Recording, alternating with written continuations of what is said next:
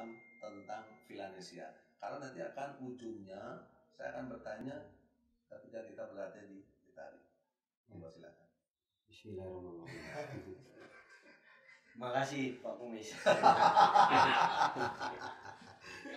Ya, Villanesia adalah filosofi sepak bola Indonesia. Saya berpikir di Inggris juga pakai, kalau Villanesia itu kan mengarah ke Spanyol tuh. Mereka juga udah memakai itu gitu. Karena harus sesuai dengan kultur grafis. Tapi begitu kita nonton di Championship Liga 2-nya itu, waktu itu West Brom lawan Aston Villa waktu masih Liga 2, itu memang West Brom tuh masih yang kick and rush, jadi nggak tandingan. Itu kadang kan aktivasi sebelum pertandingan itu kan latihan membosankan. Iya.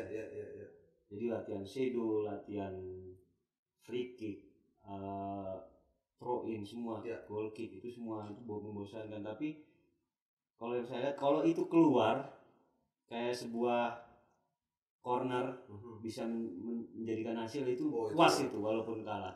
Konsep banget kan. Iya, jadi konsep itu yang kayaknya sepertinya memang ditekankan oleh kita lakukan. Dan waktu kita di Italia 90 juga untuk yang shadow itu kan kita pakai gitu. Jadi dibutuhkan anak-anak yang cerdas juga. Betul. Oke, Kang Icong, ada yang perlu ditanyakan nggak?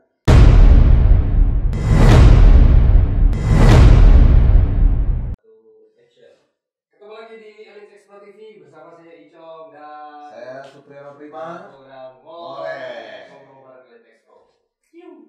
Nah, ini seru. Saya punya teman, ya kan, panggilannya dulu di sana Skicolo. Apa itu? Skicolo.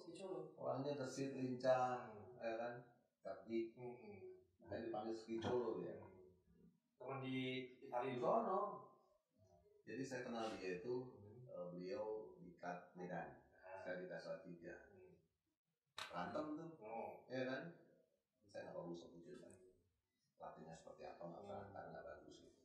Intinya dari pertemuan di Club Medan Salatiga kita ketemu lagi di Sawangan waktu itu sesi Primavera. Penasaran? Si Ilham Ramadona.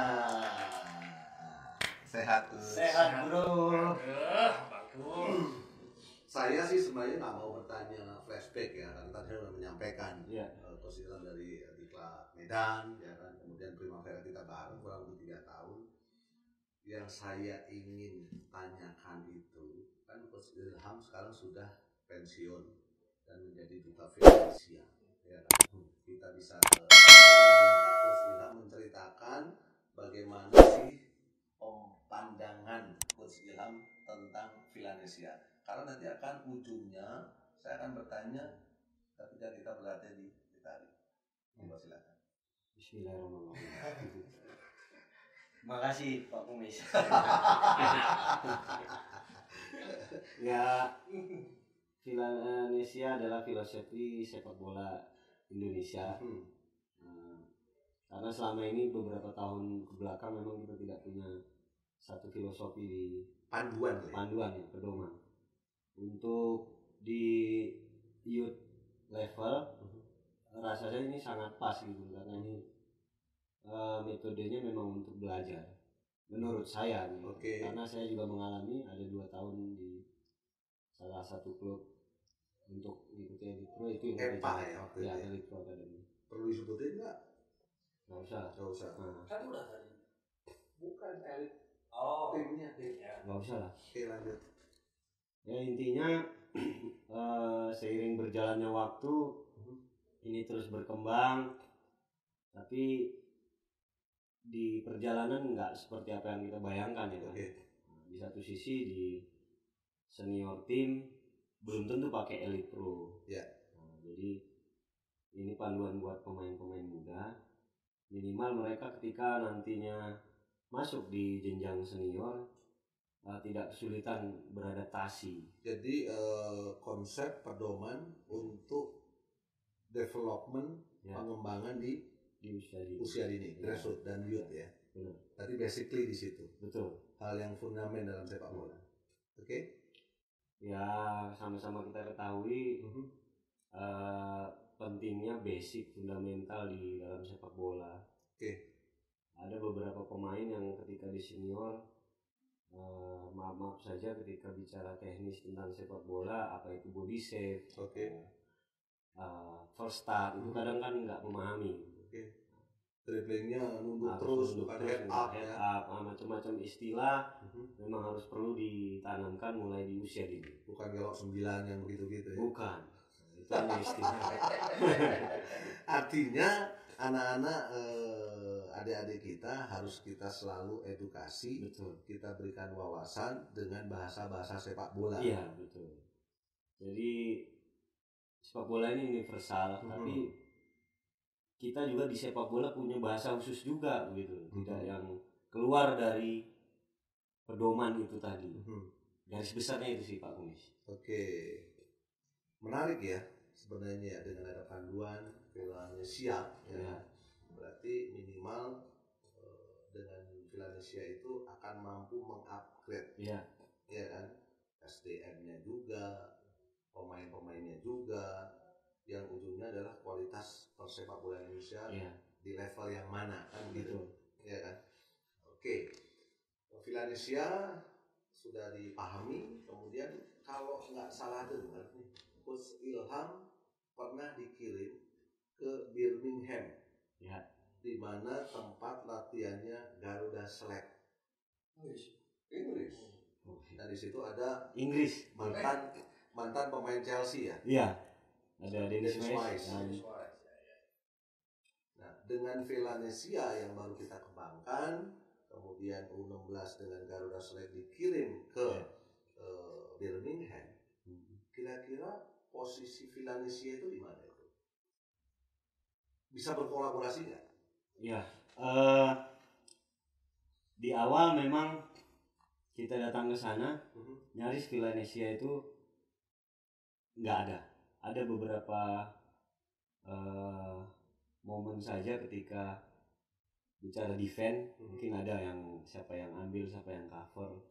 Tapi shadownya saja. Tapi kalau Villanesia kan bukan itu, bicara build up dari bawah, dari tengah ke depan, atau press build up bagaimana, itu tidak ada.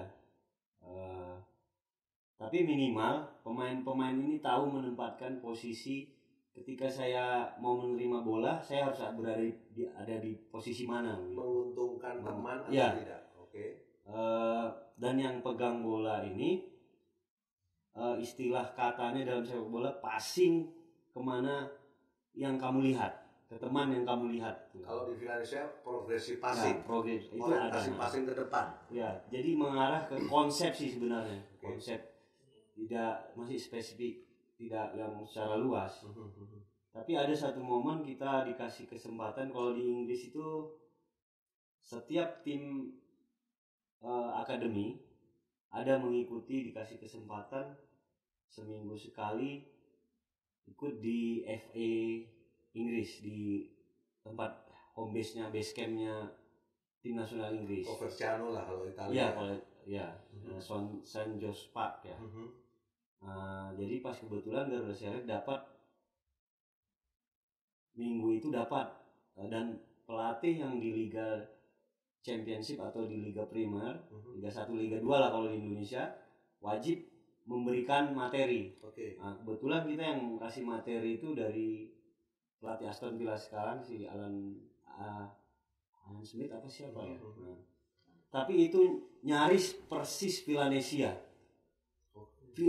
persis. Saya sempat videoin, itu menarik. Dan ketika kita ajak ngobrol sambil bercanda atau apa, dia bilang kami sangat beruntung ketika Pep Guardiola datang ke Inggris, semuanya berubah. Mindsetnya, konsepnya yang selama ini kita ketahui Inggris kan kick and rush ya. Artinya di pengembangan atau development di sana tidak melulu hanya selalu di lapangan. Berarti harus ada classroom. Betul. Ya kan? Itu harus untuk menambah wawasan para pemain sebelum menampilkan nanti di profesional. Itu durasi waktunya berapa lama itu? seminggu sekali atau setiap hari per berapa jam mungkin? Untuk yang masuk di basecampnya Inggris itu seminggu sekali, tapi beda-beda akademi. Ada teknis dan non teknis? Enggak, kebetulan itu teknis saja di lapangan. Jadi untuk pemahaman taktikal aja, taktikal. Jadi kalau saya berpikir di Inggris juga pakai, kalau Villanesia itu kan mengarah ke Spanyol tuh. Mereka juga udah memakai itu gitu.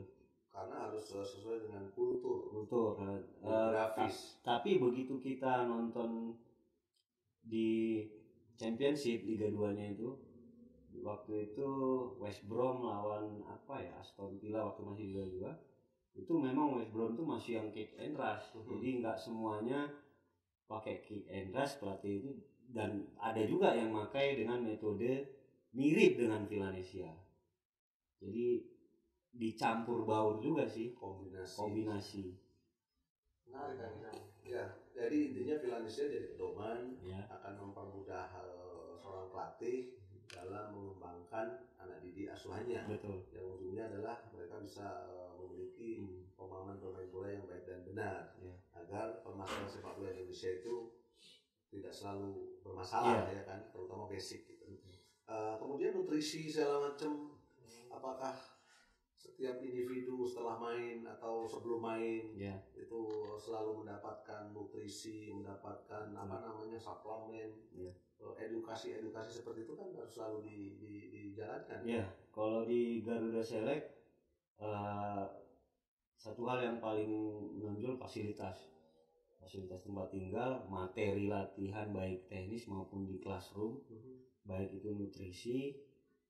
Jadi ketika kita datang di sana, anak-anak itu langsung dicek berat badan,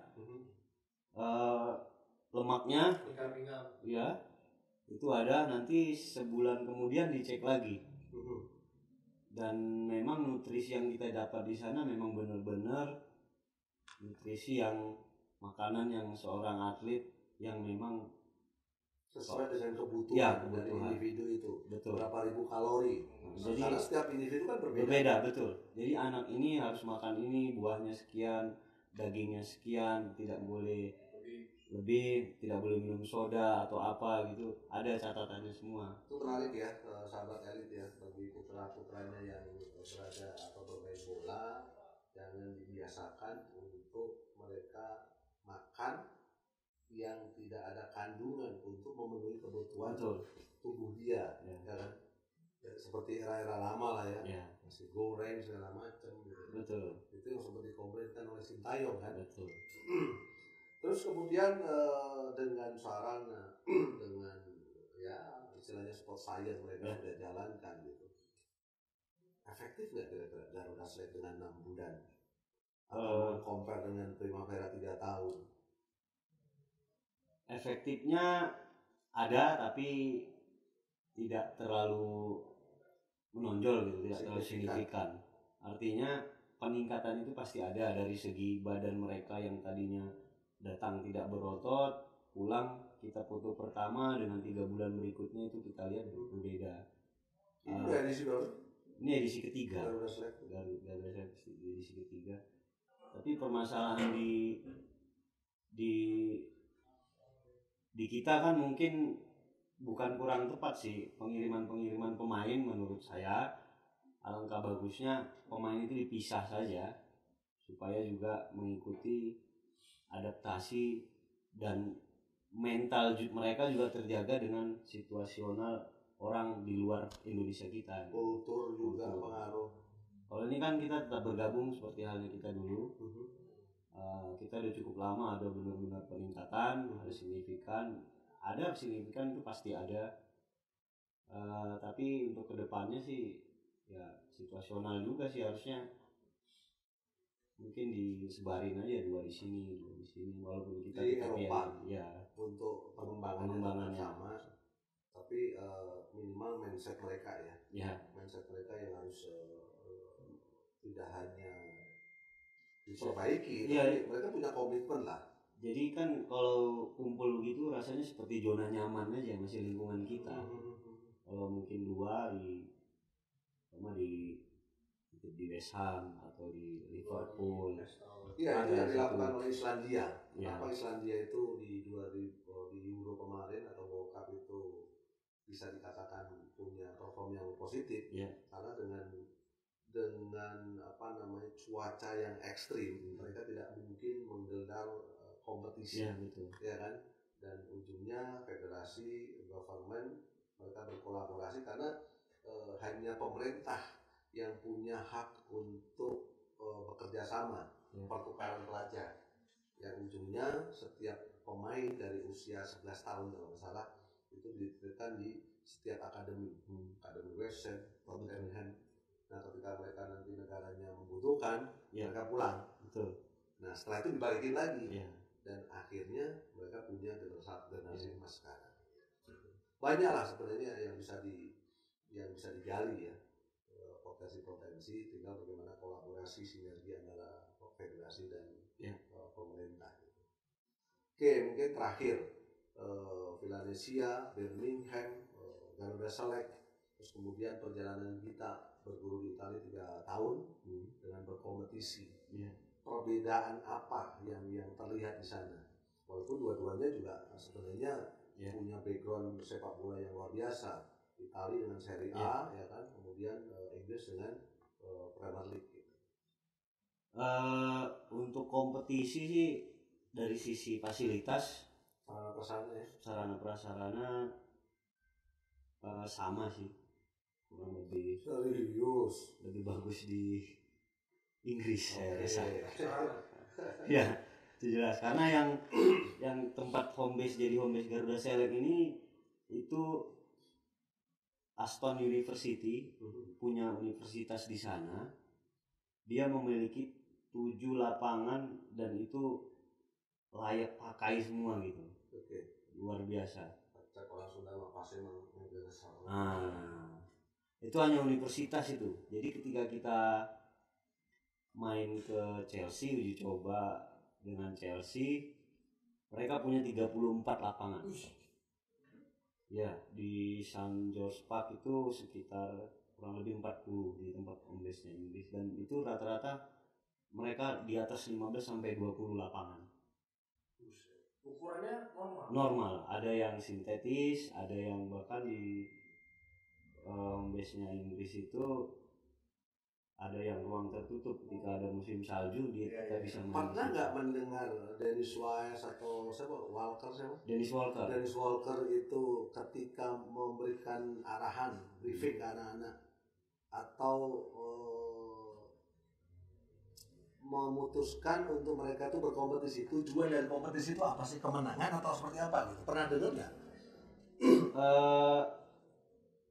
Tujuan awal sih memang memperbaikin individual taktikal, individual skill mereka. Kalau yang awal aplikasi dari latihan. Iya. Tapi belakangan kan ini kan sebuah tim, dituntut juga untuk kemenangan ya. Mereka ada juga ketika kita anak-anak itu bermain tidak bagus, pasti mereka koreksi, ada marah. Tapi kemenangan bukan segala-galanya. Bukan. Ya, mereka lebih puas dengan apa yang mereka latih keluar di lapangan. Diaplikasikan dalam pertandingan. Ada momen sebelum pertandingan itu kadang kan aktivasi sebelum pertandingan itu kan latihan membosankan. Iya. Jadi latihan shadow, latihan free kick, throw in semua, goal kick itu semua itu membosankan. Tapi kalau saya lihat kalau itu keluar kayak sebuah corner bisa menjadikan hasil itu puas itu walaupun kalah. Konsep banget kan. Iya, jadi konsep itu yang kayaknya sepertinya memang ditekankan oleh Dennis West. Walaupun tidak masalah, kita harus berulang-ulang. Ya. Karena yang diharapkan adalah otomatisasi, automatically kan di situ. Mungkin tambahannya gini, Pak Umis. Untuk kita bicara Villanesia. Iya. Di sana itu jadi Villanesia yang kita punya ini udah seperti kebiasaan otomatisasi mereka. Kalau kita kan di Villanesia dapat kiper kita harus melebar. Mereka itu udah punya tidak lagi bilang filosofi, ya main bola ya begini begitu, memanfaatkan lebar lapangan, kapan kita harus mengecil. Jadi bukan lagi kalau kita masih berpikir, oh ini Villanesia ini begitu. Kalau di sana ya sudah memang begitulah begitu. Lebih simpelnya kita menguasai bola berarti kita menyerang. Ya. Otomatis kan sprint out kan gitu. Otomatisasi itu sudah mereka dapat gitu. Iya. Kehilangan bola mereka compact. Persempit area. Ya. Ada beberapa pertandingan, ada juga yang kita dapat benar-benar Liga Inggris tahun 80-an. Anak-anak itu sampai ada yang cedera, ada yang, tapi ya Dennis West bilang ini Inggris, inilah sepak bola. Disiplin lebih dikedepankan, stamina kita dapat situasional kan, setiap mau bertanding nggak hanya yang melawan tim yang berteknik saja, ada yang memang main keras, apa itu kita dapatkan semua di sana. Padahal sebelum di Inggris, di Indonesia sudah begitu. Rap-rap. Ya.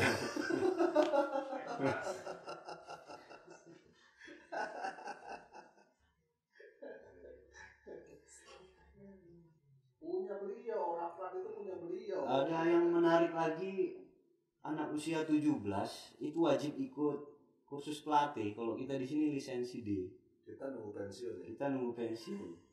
Jadi memang diciptakan ketika usia 25 mereka udah ukur nih, ada kalau sport science-nya itu kalau urat tuh bisa diukur. Ini anak ini mau jadi pemain bola, basket atau mau jadi pelatih gitu. Di usia 25 itu udah mereka udah tahu terdeteksi. Terdeteksi. Kamu cocok jadi pelatih aja. Mulai dari situ udah penjurusan. Ya, udah. Ini pemain bola. Jadi usia 17 saya sempat ngikutin tuh, dan anak-anak itu juga ngikutin. Jadi masuk kelasnya 2 minggu sekali selama pertemuan 6 minggu. 2 minggu sekali. England DNA. Iya. Indonesia DNA. Ya. Coach Ilham, dengan banyaknya kursus sekarang, ya kan, percepatan, berarti kan dibutuhkan SDM. Betul. Pertanyaan saya, dengan kita punya pedoman Villanesia, punya keyakinan sepak bola kita itu memiliki wajah yang luar biasa, prestasi yang luar biasa, walaupun perlu sabar, betul, karena perlu proses. Ya. Kalau saya sih optimis ya. Tapi dengan catatan, ya kembali lagi ke fasilitas. Kita bicara Villanesia, lapangan juga harus bagus. SDM atau fasilitas? Pertama fasilitas dulu. Ketika kita sudah mulai kursus pelatih, ini kan banyak nih pelatih. SDM juga penting. Bagaimana seorang pelatih mencontohkan pemain tidak bisa nendang bola passing ini apa, kan ini jadi masalah nantinya, jadi kesalahan yang terus menerus sampai nanti di bulan. SDM penting. Nah ini kendalanya Pak Umis yang saya alami, yang saya lihat. Saya tidak sebutin namanya ketika ada kursus di daerah. Jadi instruktur itu komplain ke kita-kita yang kenal. Coach, saya nggak kasih lagi kursus di daerah sini. Kenapa? Kenapa gitu kan? Pelatih-pelatih di sini nggak mau maju. Ketika kita disuruh jam 2 datang mau ujian praktek, jam 2:30 baru datang. Beda mungkin kan kalau di Jakarta, di Bandung, di Jogja, itu mau nggak mau, pelatih yang malas pun pasti ngikut. Mau dia dapat dari mana materinya, jam 2, 2:30 itu pasti udah ada di intinya seperti zaman kita lah, tidak ada pemain benar. Ya kan? Jadi ya itu ya pelatih nunggu pemain gitu kan.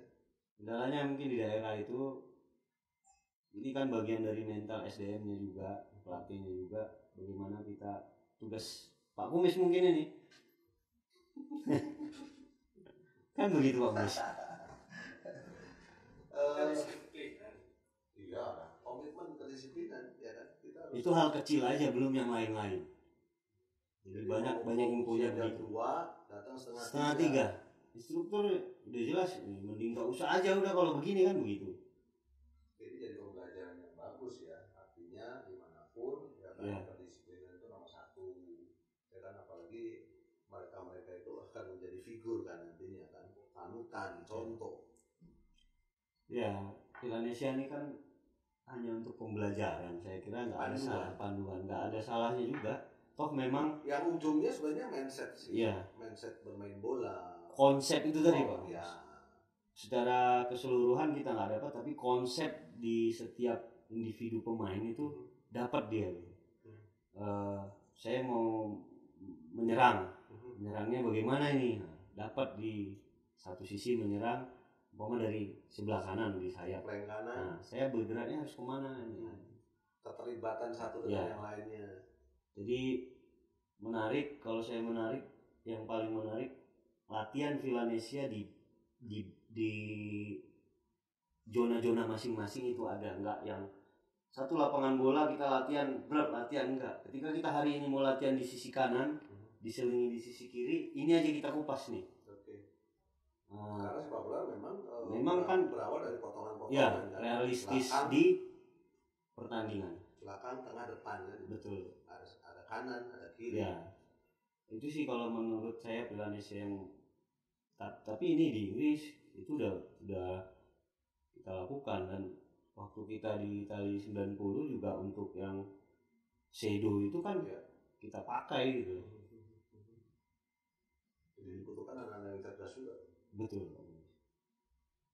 Oke, Kang Icong, ada yang perlu ditanyakan nggak? Saya masih ada sih. Ya, lanjutkan dulu. Oke, ada harapan, mimpi dengan tadi Villanesia untuk sepak bola Indonesia yang ujungnya setuju nggak dengan naturalisasi? Harapannya sih banyak ya Pak, sebagai sudah terjun di kepelatihan ini. Saya sih masih berpikir untuk terus mengelola diri lah, mengembangkan diri, menggali terus untuk berbuat, untuk bagaimana sih pemain-pemain muda ini bisa berkembang nantinya, beradaptasi itu yang jauh lebih penting nantinya di sana. Kalau kata instruktur bilang jangan membuat kesalahan yang terus menerus sehingga diulang-ulang. Kalau sudah otomatisasi di junior ini pasti nanti ke bawah. Nah ini yang harus kita perbaiki, sumber daya, bukan cerita pelatih lain, ini juga tugas kita juga kan. Itu harapannya besar. Ada satu modal kita tentang Villanesia yang terus dikembangkan. Ya mau mengembangkan yang lain silakan saja, tidak masalah. Itu masing-masing pelatih punya metode sendiri, punya pemahaman sendiri. Kan sepak bola tidak ada yang salah. Oke, naturalisasi setuju? Ketika naturalisasi bisa berbuat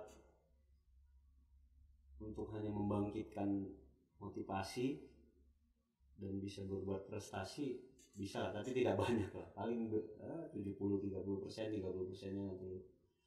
Tapi ketika sudah ini berjalan, kita juga yang harus ngembangin pemain kita untuk bisa tanpa naturalisasi. Ya ujungnya nanti memberikan kesempatan pada anak bangsa dengan luas.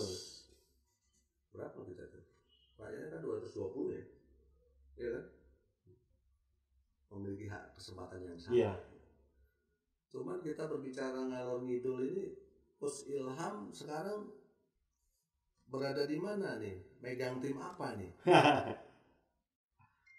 Sekarang saya di Bandung. Oke. Ya di Bandung Pro United. Ya berbagi aja buat SSB karena memang ini walaupun tawaran banyak sebenarnya.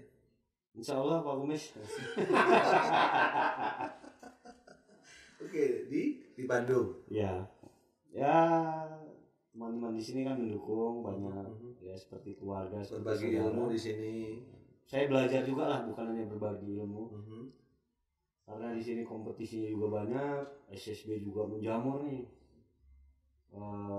Biar bagaimanapun intinya Jawa Barat, Bandung punya potensi luar biasa ya. Ketika kita jalan ke suatu daerah, itu saya ngelihat, saya kira nggak habis ini di Bandung. Yang istilahnya kasarnya Tarkam itu layak untuk main di Liga 1, Liga 2. Tarkam kita, usia kita atau Tarkam anak-anak? Usia 19-20 ya. Usia kita juga banyak. Hanya saja mungkin masalah mental itu tadi lagi kembali. Mindset. Bagus di situ ketika kita kasih kesempatan di Liga 2 atau ada Liga 1 kan ini jadi permasalahan dirinya juga. Kita udah kasih kesempatan kan banyak juga kan Pak Komis mungkin punya pemain ngasih kesempatan ke merekomendasi. Iya, kan banyak nih. Ketika di sana loh kok ini malah hilang. Itu sih. Nah, Kang Ijo mau nanya apa? Saya kira sih pertanyaannya simpel. Apa itu? Kalau lihat sepak bola Indonesia saat ini, kedepannya lama nggak untuk diterapkan kayak Abang? Maksudnya ya. Kalau kita ini sih tergantung yang di atas si pimpinan ya. Kan tadi ada yang di atas, ada yang bilang dari bawahnya. Nah itu Pak. Sinergi sih seperti ya. Cuman kalau untuk Villanesia saya rasa untuk kita yang di daerah banyak yang memakai karena ini memang kalau menurut saya sih simple. Pedoman simple. Ketika Sintayong datang itu kan berubah, bukan bicara Villanesia lagi. Kita bicara fisik, mental pemain, taktikal, menang, juara. Berarti Villanesia untuk pembangunan fundament fisik, support tim nasional. Narasumber kita sebelumnya head up-nya, body shape-nya, itu ya kan? Lebih spesifik ke individual pemain. Yang ujungnya di tim nasional itu sudah tidak usah harus memperbaiki yang fundament tadi. Betul. Kan? Jadi dia bicara tentang yang ada cuma taktikal. Offense-nya begini, betul. defense-nya begini. Karena ada pengembangan, ada prestasi di situ kan. Betul. Jadi setiap pelatih yang datang kan bicaranya ini anak nih main bagus.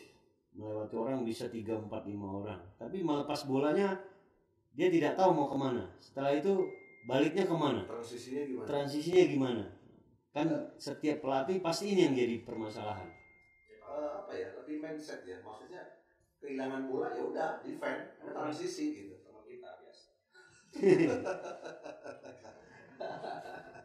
Oke, kita ngobrol sahabat elit ya. Ini banyak sekali dagingnya, banyak sekali edukasi yang bisa kita ambil. Kemudian pengalaman dari Coach Ilham luar biasa, ya kan?